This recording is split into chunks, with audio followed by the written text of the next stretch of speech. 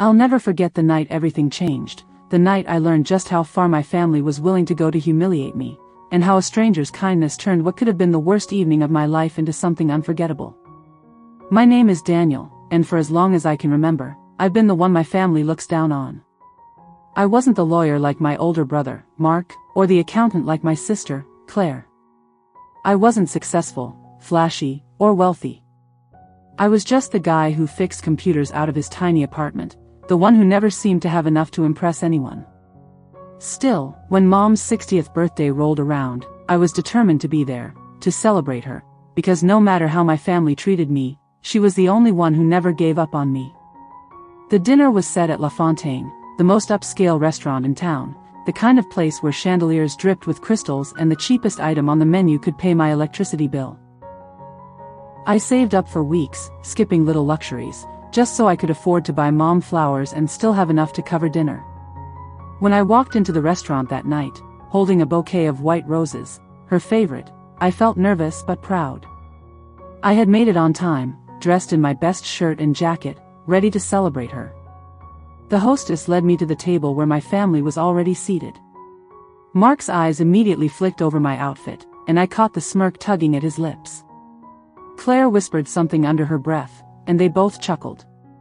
Mom, though, her face lit up when she saw me. Danny.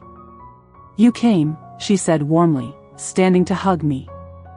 I handed her the flowers, and she hugged them to her chest as though they were the most precious gift in the world. Of course, Mom, I said softly. I wouldn't miss this for anything. But as soon as I sat down, Mark leaned closer and said loudly enough for the table to hear, I hope you realize where you are. This isn't one of your burger joints, Danny. Can you even afford to eat here? Claire giggled, sipping her wine. Seriously. Maybe he should just stick to water. We don't need the embarrassment of someone not being able to pay when the bill comes. My face flushed, my ears burning with shame. I wanted to sink into the floor. Mom frowned, but before she could say anything, I forced a smile. Don't worry. I've got it covered. Mark raised his eyebrows mockingly. Oh really? You've got it covered? What are you going to pay with, gift cards? Maybe you'll trade in some old computer parts. The table erupted with laughter, except for Mom. She looked torn, her eyes darting between us, but she didn't speak. I clenched my fists under the table. Their words stung, but I told myself to breathe, to stay calm for Mom's sake. The waiter came around to take orders, and as my siblings ordered the most expensive dishes and top-shelf wines, Mark leaned toward him and said, Make sure you confirm with my brother here. He might have trouble paying his share. The waiter's eyes flickered to me, uncertain. Is that true, sir? He asked politely.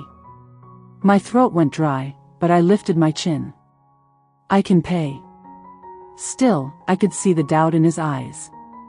The laughter from my siblings cut into me like knives. I tried to focus on Mom, who was now staring at her napkin, clearly uncomfortable. I thought the worst was over until dessert menus came out. That's when Mark leaned back in his chair, smirking. Hey, Daniel, why don't you just admit it? You can't afford to eat here. You probably had to borrow money just to buy those flowers. This place is out of your league. His words rang out loudly, drawing the attention of nearby tables. I felt eyes turning toward me, strangers watching, judging, while my siblings grinned. Claire added, maybe he should step outside. This is Mom's big night. We don't need charity cases dragging it down. My chest ached, humiliation washing over me. I looked at Mom, silently begging her to say something, but she just whispered, please, not tonight, her voice barely audible. Just as I opened my mouth to respond, a deep, calm voice cut through the tension. Is there a problem here? We all turned to see a man in a sharp suit, clearly the manager, standing beside our table. His expression was polite, but there was steel in his gaze. Mark smirked, gesturing toward me. No problem, sir. Just making sure my little brother here knows the rules. He can't afford this place. We don't want him embarrassing anyone when the bill comes." The manager's eyes narrowed slightly, and for a moment, he simply studied me. Then he spoke clearly, firmly, his voice carrying across the room. "Actually, sir, he can afford to eat here. In fact," he paused, looking directly at me, "he doesn't owe a dime tonight. This evening is on the house, for him and his guest." A stunned silence fell over the table. My heart pounded. I opened my mouth to protest, but the manager held up a hand. "No arguments. It's rare we see someone walk in here carrying flowers and a smile bigger than his wallet. That kind of gesture deserves respect, not mockery." Mark's face darkened, Claire's jaw dropped, and even Mom looked shocked. The manager gave a small nod, then added, "And as for embarrassing the evening? I'd say kindness and effort are far more respectable than arrogance." He turned and walked away, leaving the table in stunned silence. My chest swelled with a mixture of relief, pride, and disbelief. For once, I wasn't the punchline. For once, someone had stood up for me. And though I didn't know it yet, that night was only the beginning of a lesson my family would never forget. The silence at the table was deafening. Mark's jaw worked as if he wanted to spit something out but couldn't find the words. Claire kept shaking her head, muttering under her breath, "This is ridiculous." Mom's eyes, though, were locked on me, wide with something I hadn't seen in a long time: pride. I cleared my throat and finally spoke. "You see, Mark, I didn't come here tonight to prove anything to you. I came here for Mom. This is her birthday, and I wanted her to feel celebrated. That's all."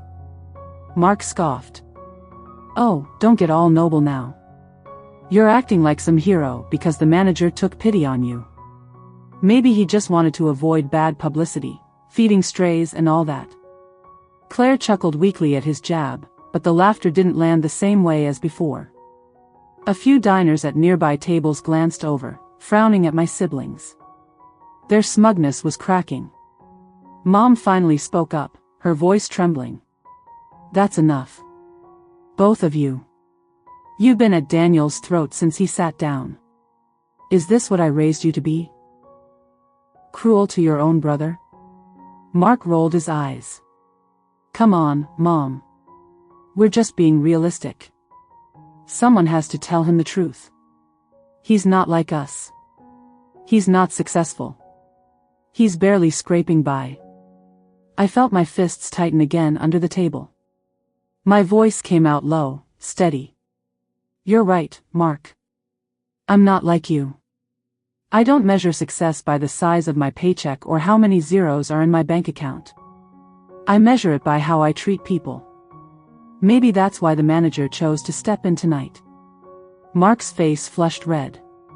"Oh, give me a break." He grabbed his wine glass and drained it in one gulp, as if drowning his irritation. Claire leaned forward, smirking. "Let's not pretend this changes anything, Danny. Tomorrow you'll still be in that tiny apartment of yours, fixing laptops for college kids. And we'll still be living real lives." I was about to respond when the manager returned, holding a small leather folder. He placed it on the table, but instead of setting it in front of Mark, as usual, he placed it directly in front of me. "Your part is already taken care of, sir," he said. As for the rest of the table, he looked at my siblings, his polite smile tightening. "That will be separate." The implication hit hard.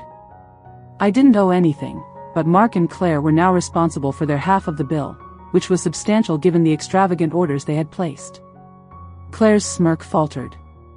"Wait, what? That's not fair. We're family. Why would his part be free and not ours?" The manager tilted his head slightly.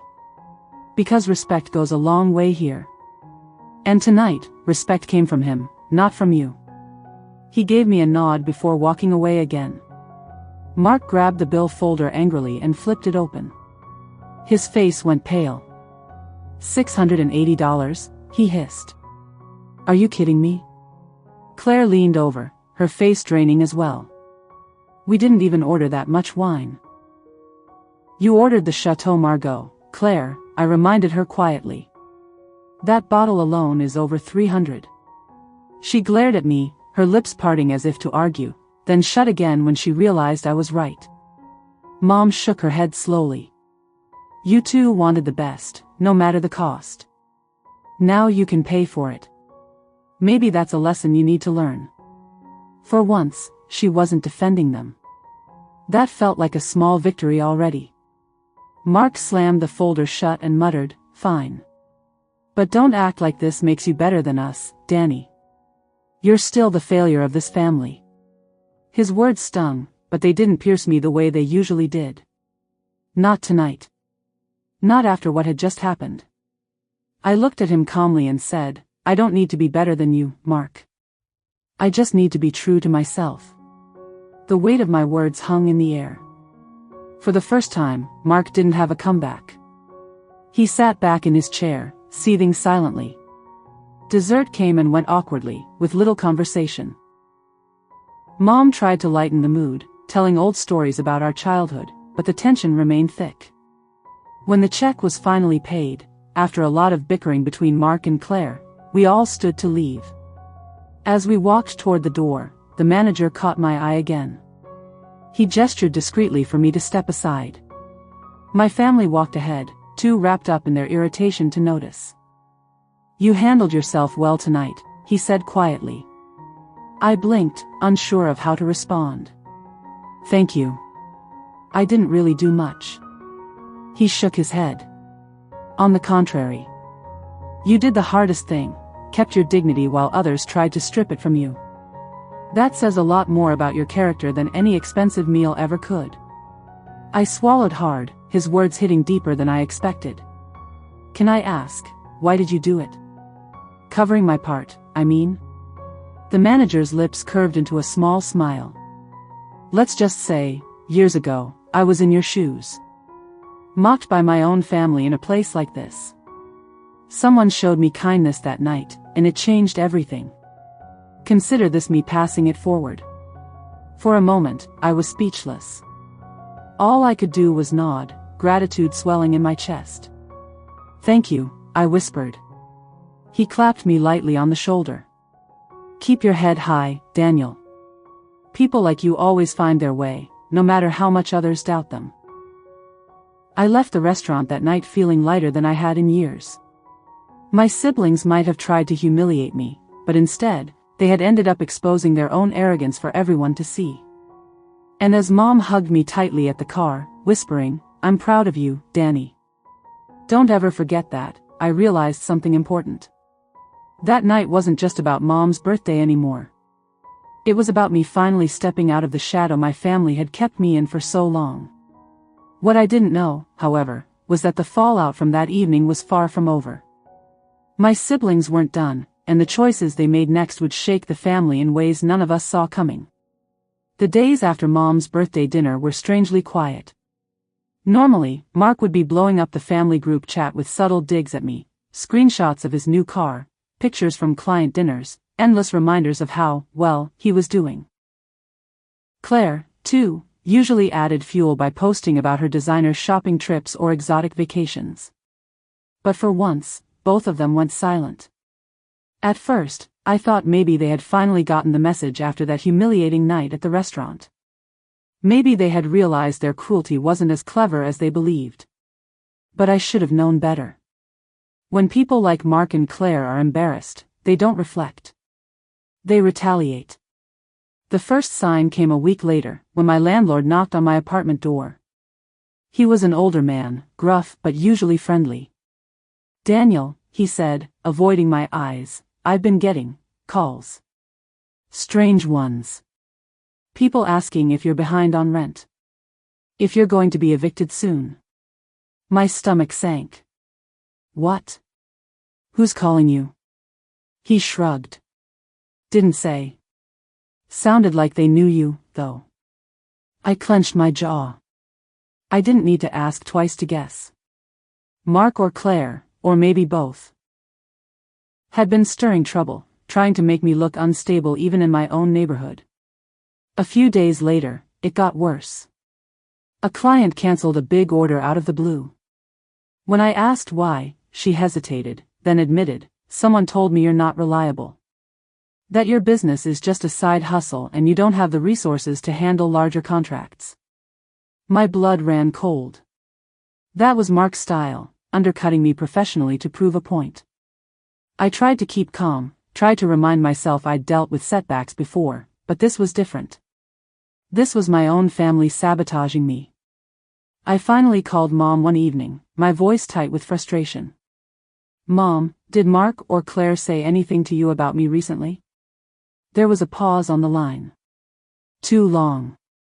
"Daniel, they came by the house yesterday," she said softly. "They were saying things, that you're dragging the family name down. That you embarrassed them at the restaurant. That you're," her voice faltered. "That you're taking advantage of my kindness." My chest tightened. "What?" "Mom, that's not true. You were there, you saw what happened." "I know, sweetheart," she said quickly. "I know the truth. But they're trying very hard to convince me otherwise." I pinched the bridge of my nose, fighting to stay composed. "So that's it? They can't stand being called out, so now they're trying to erase me completely?" Mom sighed heavily. "I don't know what's gotten into them. They're so blinded by pride, Daniel.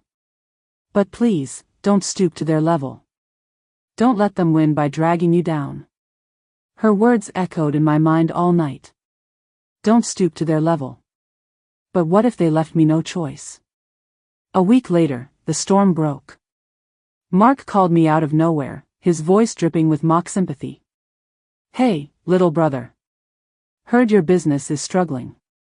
Shame, really. Maybe if you had listened to me years ago and gotten a real job, you wouldn't be in this mess." I gritted my teeth. "What are you talking about?" He chuckled. "Oh, you'll see. Let's just say people are starting to realize you're not the professional you pretend to be. One little word here, one little word there, it adds up." I realized in that moment that this wasn't just sibling rivalry anymore. This was war. But here's the thing about being underestimated your whole life: you learn patience. You learn how to let people laugh at you, mock you, push you down, while you quietly build something they can't touch. And Mark had no idea just how much I had built. 2 weeks later, fate handed me the perfect chance. A local business networking gala was being hosted at the same restaurant where Mom's birthday had taken place. Small business owners, investors, even corporate managers would all be there. And thanks to a client who respected me, I had been given an invite. When I walked in that evening, the chandeliers sparkling above me, I felt a rush of nerves. This was bigger than anything I'd stepped into before. But then I saw who else was there, and my nerves turned to fire. Mark. Standing confidently near the bar, shaking hands with a group of executives. Claire was beside him, laughing too loudly at something one of them said. They hadn't noticed me yet, but I could see the smugness radiating off them. This was their stage. Their chance to shine. And they had no idea I had just walked into the same spotlight. I kept my distance at first, mingling quietly, exchanging cards, making connections. To my surprise, people responded well. They asked about my business, listened intently, even expressed interest in collaborations. For the first time in a long time, I felt like I belonged in a room like this. And then, just when I thought the night couldn't get more surreal, the host of the gala tapped a microphone. "Ladies and gentlemen, thank you all for being here tonight. We'd like to take a moment to acknowledge some of the entrepreneurs in this room who are making a real difference." He began reading names, and my heart skipped when I heard mine. Daniel Carter, owner of Carter Tech Solutions. The crowd applauded politely as I stepped forward, my palms sweating but my back straight. Out of the corner of my eye, I caught sight of Mark's face. The shock. The disbelief. He turned to Claire, whispering furiously, but neither of them could stop what was happening. When I shook the host's hand, he said into the mic, "Daniel here has been steadily building a reputation for integrity and innovation in his field. A reminder to us all that success isn't just about the flash, it's about consistency and character." Applause filled the room again, louder this time. My chest swelled. And for the first time, I wasn't just the other sibling. I was someone in my own right. As I stepped down, my eyes met Mark's across the room. His smirk was gone, replaced by a tight, angry glare. And in that moment, I knew, the tables were starting to turn. The applause was still ringing in my ears when I stepped back into the crowd. My pulse was racing, not just from the recognition but from the sight of Mark's face. He wasn't used to being on the sidelines, watching someone else get the spotlight, least of all me. Claire whispered something to him, her eyes darting toward me, and I could practically feel the heat of their resentment from across the room. I tried to focus on the positive. Several people came up to shake my hand, ask for my card, and discuss potential projects. For once, I wasn't invisible. My business wasn't a joke, it was real, and people were acknowledging it. But I should have known my siblings wouldn't let me enjoy the moment. Half an hour later, as I was chatting with a local investor about expanding into schools, I heard Mark's voice behind me, loud enough for half the room to catch. Yeah, it's cute what Daniel does.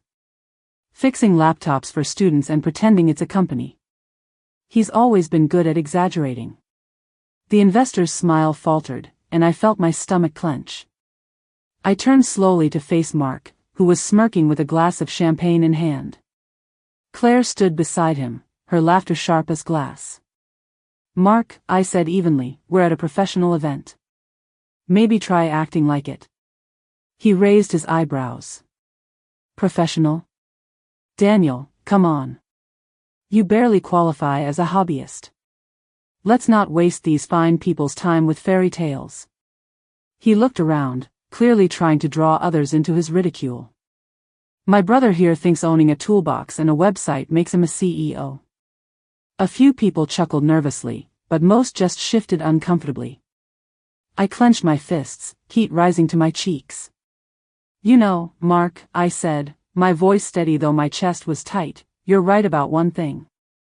I don't have a fancy title or a big office. But I do have something you seem to have lost, integrity.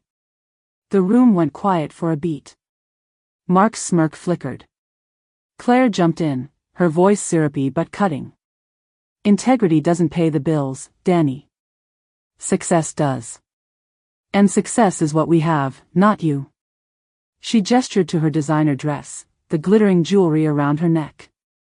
You can't fake this. Before I could reply, the gala host returned to the mic. Ladies and gentlemen, we have a brief announcement. We'd like to recognize a few local companies that have gone above and beyond in serving the community this past year. My heart skipped. I wasn't sure what was coming next, but I caught the host's eyes scanning the room, and landing on me. One of those is Carter Tech Solutions, he said clearly. Gasps rippled through the crowd. For providing free tech support to underfunded schools and donating refurbished computers to students in need, we want to commend Daniel Carter. The applause this time was louder, more genuine. The investor I'd been speaking to turned back to me with renewed interest. That's impressive, he said warmly. We need more businesses like yours. Mark's face went red. Claire's smile froze like plaster. I could almost hear the cracks in their pride. But Mark wasn't done. He raised his voice again, desperate. Oh please. That's charity work, not a real business. He gives things away because no one will pay for them. A few heads turned toward him, frowning. The host himself looked displeased. I took a deep breath. My heart was pounding, but I knew this was my moment. I stepped forward, addressing not just Mark but the entire room. You know, my brother is right about one thing. I don't measure my business by how much I can take. I measure it by how much I can give back. And maybe that's why, despite all his money and titles, he still can't stand here tonight being recognized for anything but arrogance. The silence that followed was electric. Then someone near the stage clapped. Another joined. Soon, the whole room erupted in applause again, this time, directed not just at my company, but at the words I'd spoken. Mark's mouth opened and closed like a fish, his face crimson. Claire tugged at his arm, whispering furiously, but he yanked away, storming toward the bar. I watched him go, my chest heaving, but instead of shame, I felt free. For the first time, I hadn't backed down. After the gala, several people approached me with offers, partnerships, funding, even mentorship. One woman, a regional manager for a tech firm, handed me her card and said, "Call me. We need someone with your drive and values on our next project." As I slipped the card into my pocket, I caught sight of Mark across the room, slumped against the bar with a drink in hand, glowering at me like I had personally stolen his crown. Claire was beside him, whispering frantically, but it was clear, they had lost control of the narrative. That night, as I left the restaurant-turned-ballroom, the air crisp against my skin, I realized something important. My siblings could mock me, sabotage me, even try to erase me, but the truth had a way of shining through. And tonight, in front of everyone who mattered, it finally had. But deep down, I knew Mark. He wouldn't let this go quietly. And though I had won this battle, the war for respect within my family was only beginning.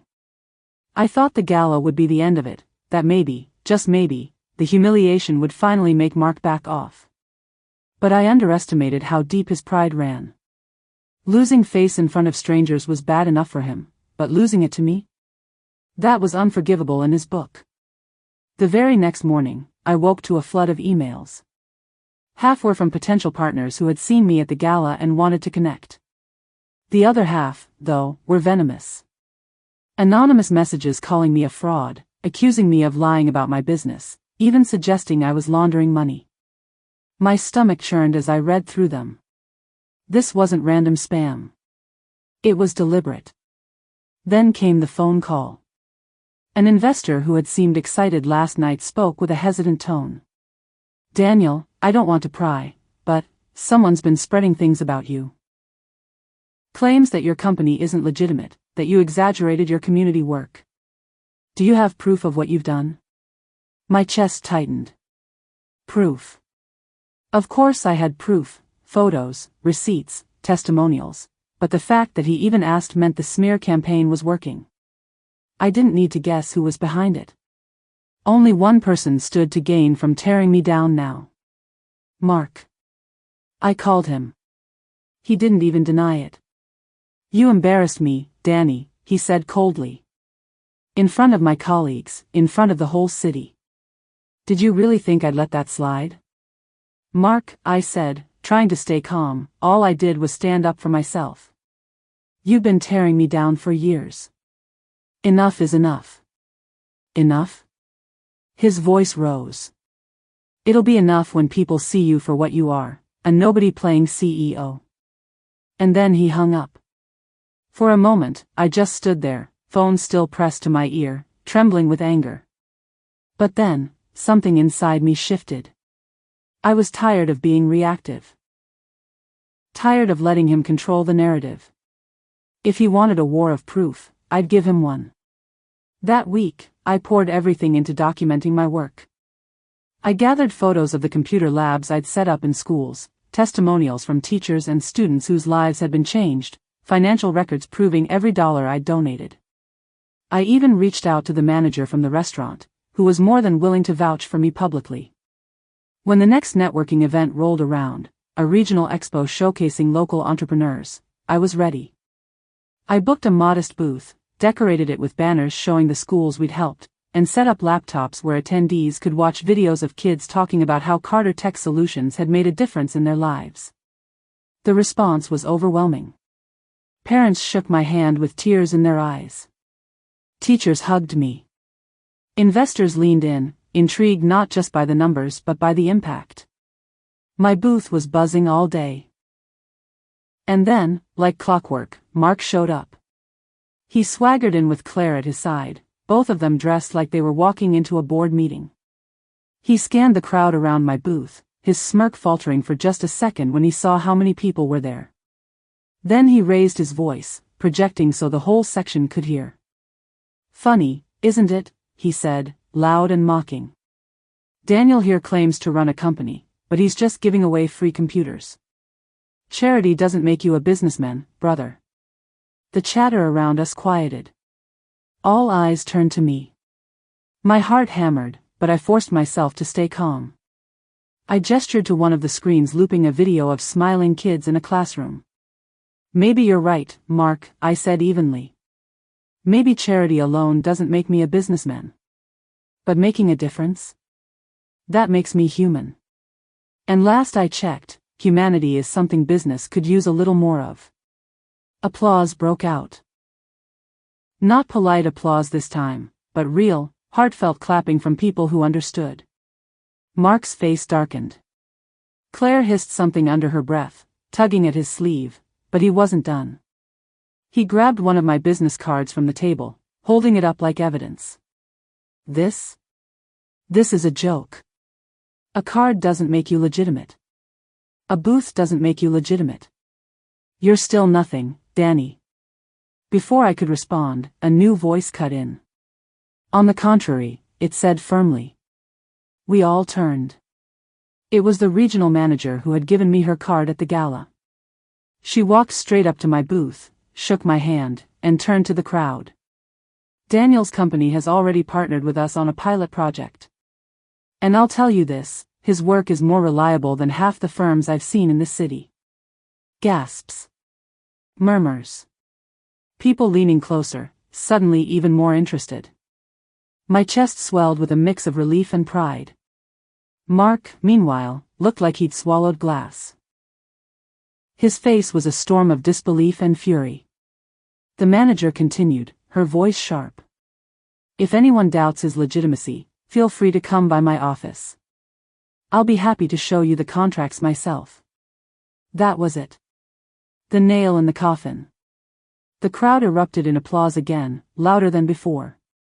People began swarming my booth, asking questions, exchanging contacts, congratulating me. And Mark?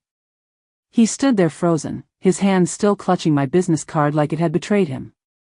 Claire whispered urgently, pulling at his arm, and finally he snapped out of it, storming away without another word. I watched him go, a strange mix of sadness and triumph filling me. He had spent so long trying to bury me, but tonight, he had only dug his own grave. When the expo ended and I was packing up, the regional manager came back over. You did well, she said.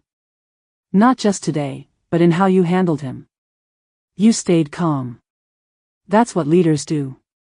Thank you, I said quietly. I'm just tired of letting him win. She smiled. Then stop playing his game. Play your own. People like your brother burn out on pride. People like you endure. As I loaded my boxes into my car, I looked back at the empty expo hall. For the first time, I realized something. Mark hadn't just lost a battle tonight. He'd lost control of the story. And me? I was finally writing my own. After the expo, things escalated quickly and my phone rang non-stop with new opportunities. Schools wanted to partner, investors wanted to schedule meetings, and local press wanted interviews. For once I wasn't chasing recognition. It was chasing me, but Mark wasn't done. If anything, my success seemed to ignite something darker in him. One evening I came home to find Mom sitting stiffly on my couch clutching her purse like it was a lifeline, her face pale. Daniel, she said softly, your brother came by today. My stomach dropped and I asked what he said. She hesitated before whispering that he claimed I was dragging the family name through the mud, pretending to be something I wasn't, and if I didn't stop he'd take legal action. I nearly laughed asking on what grounds, but Mom didn't smile. Her eyes shimmered with worry. I don't know. He sounded serious. He's angry, Daniel, more than I've ever seen him. The very next day I got a letter, an official-looking document claiming I'd misused the Carter family name in my business dealings and demanding I cease operations under threat of a lawsuit. It was absurd since I hadn't even used our family name, only my first name in the company title. But Mark had somehow convinced a lawyer to draft the notice. I remember sitting at my desk, letter crumpled in my hand, fury coursing through me. He wasn't trying to protect the family, he was trying to break me. To strip away everything I'd built, and yet part of me pitied him because this wasn't about me anymore. It was about him drowning in his own pride, desperate for air. I decided then I wasn't going to fight him with anger, I was going to fight him with truth. So I invited him to meet me at a quiet cafe we'd gone to as kids with Mom. He showed up in a tailored suit, jaw clenched, eyes full of disdain. "Make it quick," he snapped, sliding into the booth. "I have a meeting." I set the letter on the table and told him this was beneath him, that he knew there was no case. He was just trying to scare me. He smirked and said if it scared me then maybe I wasn't as legitimate as I claimed. I leaned forward, meeting his eyes. "You want to know what scares me? That one day you'll look in the mirror and realize you've destroyed every relationship you ever had. For what? To prove you're better than me?" His smirk faltered just for a second before he hissed, "Don't psychoanalyze me, Danny. You've always been jealous, always desperate to be seen." I shook my head. "No, I just wanted to be respected. But you can't stand that I finally am. Without you, without your approval. And you know what? I don't need your respect anymore." His fists curled on the table and he spat. "You think this is over? I'll bury you." I stood and slid the letter back toward him. "No, Mark, you'll bury yourself." And with that I walked out, leaving him simmering in his own rage. I thought maybe he'd calm down, maybe he'd finally realize it wasn't worth the fight, but I was wrong. 2 weeks later I arrived at one of the schools we'd partnered with, only to find chaos, teachers whispering, parents looking worried, kids confused. The principal pulled me aside, pale and anxious. "Daniel, we've had complaints.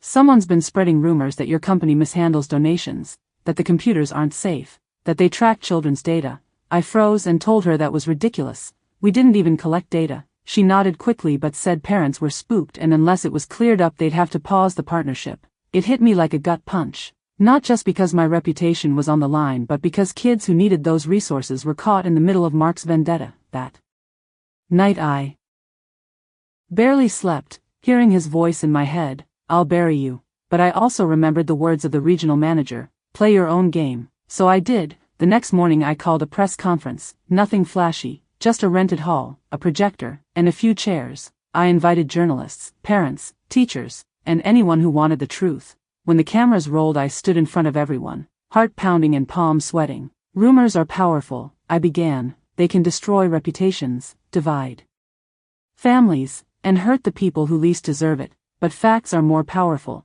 and today I want to show you the facts." I spent the next hour walking them through everything. The financial records, the software on the computers which was clean and safe, the testimonials from teachers and students, even live video calls with schools already using our system so parents could hear directly from those benefiting. By the end the room buzzed not with doubt but with support. Parents came up, apologizing for believing the rumors, teachers hugged me, journalists looked impressed, and halfway through the conference Mark showed up. He stood at the back, arms crossed and face tight with anger. I saw him but didn't call him out because I didn't need to. Every fact I presented was a spotlight on his lies. When it ended and people began filing out he stormed up to me, face red and voice low. "You think this proves anything?"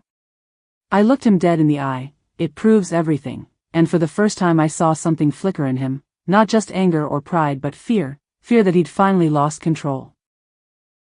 After the press conference my life shifted gears again. Opportunities multiplied. Schools that had hesitated now doubled down on partnerships, donations poured in, and investors began circling with genuine interest. Yet even as the success spread like wildfire there was a shadow trailing behind me, and that shadow was Mark. He didn't stop after being humiliated in front of the journalists. Instead he grew more reckless, lashing out at anyone who would listen, spreading nastier lies, some about my company, some about me personally, claiming I cheated my way through college, claiming I owed debts, even hinting that I had stolen the very ideas fueling my business. It was exhausting but I refused to give him the satisfaction of seeing me rattled. One evening as I worked late on proposals for a new expansion I got a call from Mom. Her voice cracked through the receiver. "Daniel, please, come home." I rushed over and found her in tears at the kitchen table while Mark paced the room like a caged animal. He looked disheveled, tie loose, eyes bloodshot, and when he saw me his expression twisted. "You think you've won, don't you?" he spat, parading around like some hero. "But it's all smoke and mirrors. I know it, I'll prove it." I wanted to shout back but Mom's trembling kept me calm. I simply said, "You're destroying yourself, Mark, and you don't even see it." He barked out a laugh that sounded closer to a sob. "Destroying myself? You've stolen everything, my respect, my reputation, my place in this family." Mom whispered through tears, "Mark, no one stole anything. Daniel built his own path. Why can't you let him be proud?" But Mark wasn't listening. He grabbed his coat and stormed out, slamming the door so hard the frame shook. I held Mom as she cried, whispering, "I don't recognize him anymore."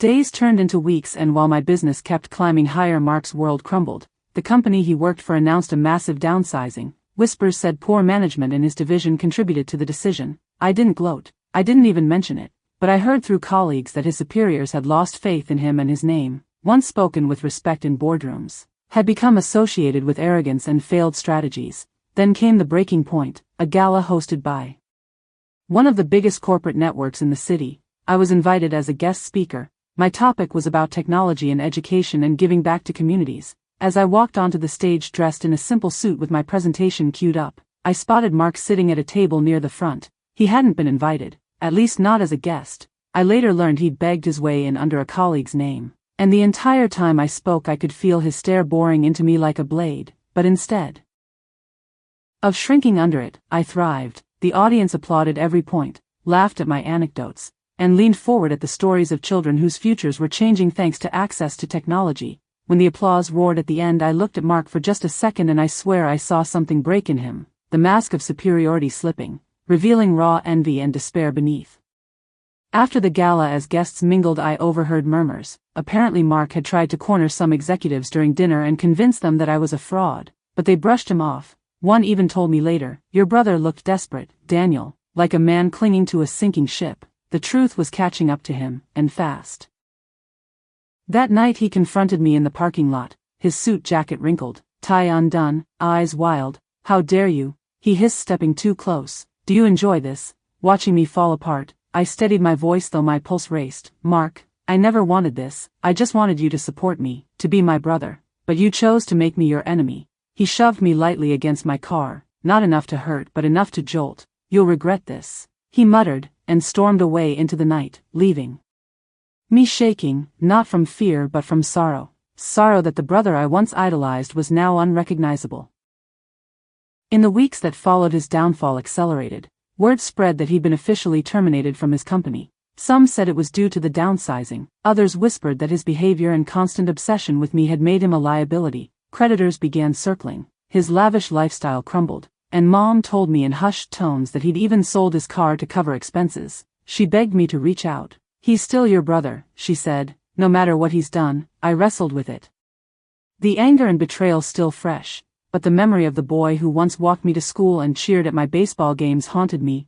I knew the ending to this story wasn't meant to be revenge, it was meant to be resolution. So one afternoon I drove to his apartment. The door was unlocked. Inside it was dim, boxes stacked, the once pristine furniture gone, and Mark sat on the couch staring blankly at the wall with a bottle on the table. He barely looked up when I entered. "Come to gloat?" he muttered, his voice hoarse. I sat beside him quietly before saying, "No, I came because despite everything you're still my brother." He laughed bitterly. "Brother, I tried to ruin you. Why aren't you furious?" I met his hollow eyes and said softly, "I was, but holding on to that only makes me like you. I don't want to be like you. I want to be better, for me, for Mom, for us." For a moment silence stretched between us, and then his shoulders slumped.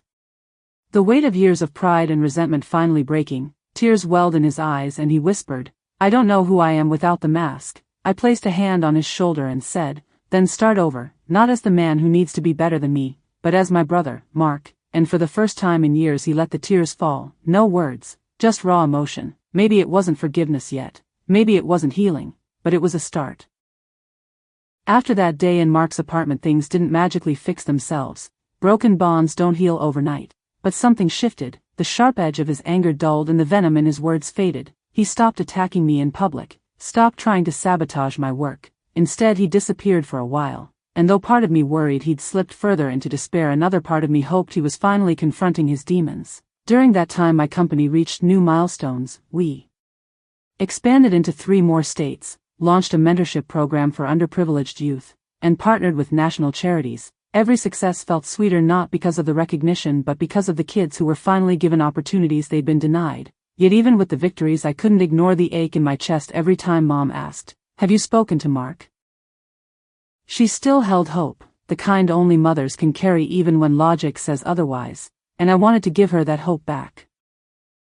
Weeks later he showed up unannounced at one of our events, not dressed in a suit or carrying his usual arrogance but in a plain shirt and jeans. He lingered at the back watching his children tried out the new computers we'd installed. I noticed him instantly but didn't approach. Instead, I continued my speech, describing the vision of bridging the digital divide. When it ended and the crowd dispersed, he finally walked over, his hands shoved into his pockets. "You've done good work," he said.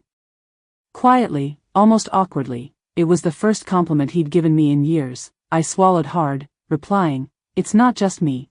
It's the team, the teachers, the kids, everyone plays a part." He nodded slowly, and then in a voice tinged with humility admitted, "I was wrong about you, Danny. I was wrong about a lot of things." The sincerity in his tone cracked something open inside me. I didn't rush to forgive, but I let the words sink in, small seeds of change that maybe, just maybe, would grow. From then on he began appearing more often, not as a rival but as a quiet observer, sometimes helping stack chairs after events, sometimes just standing nearby as if testing the waters of a new role in my life. The community that once gossiped about our feud now whispered in surprise at seeing him lend a hand. Mom nearly cried the first time she saw us in the same room without tension crackling between us. "This is all I ever wanted," she whispered, clutching my hand. One night as we drove home together, Mark finally opened up, his voice raw in the dim glow of the dashboard. "Do you know what it felt like watching you succeed while I fell apart?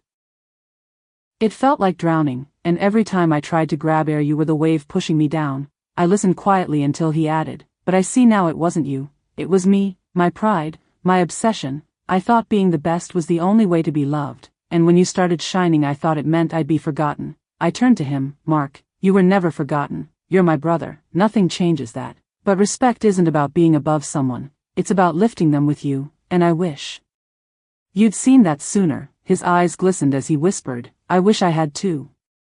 That moment didn't erase the past, but it built a bridge over it, one we could start walking together. Over the months that followed he began rebuilding his life, not in flashy boardrooms or high-rise offices but in smaller ways. He took a job consulting for a nonprofit, using his skills without the ego, and though the pay was modest he admitted he felt more fulfilled than he had in years. Sometimes he'd even ask me for advice, and the first time he did I almost laughed at the irony, but I gave it willingly because this was the brother I remembered, the one who once carried me on his shoulders at the fair, the one who cheered at my science fair projects even if he didn't understand them.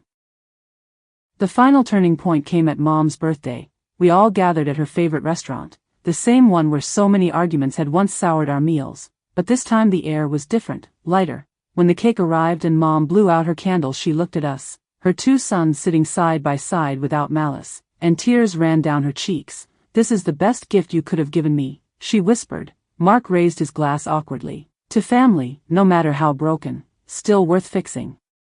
I clinked mine against his, and in that moment I felt the weight of years lift.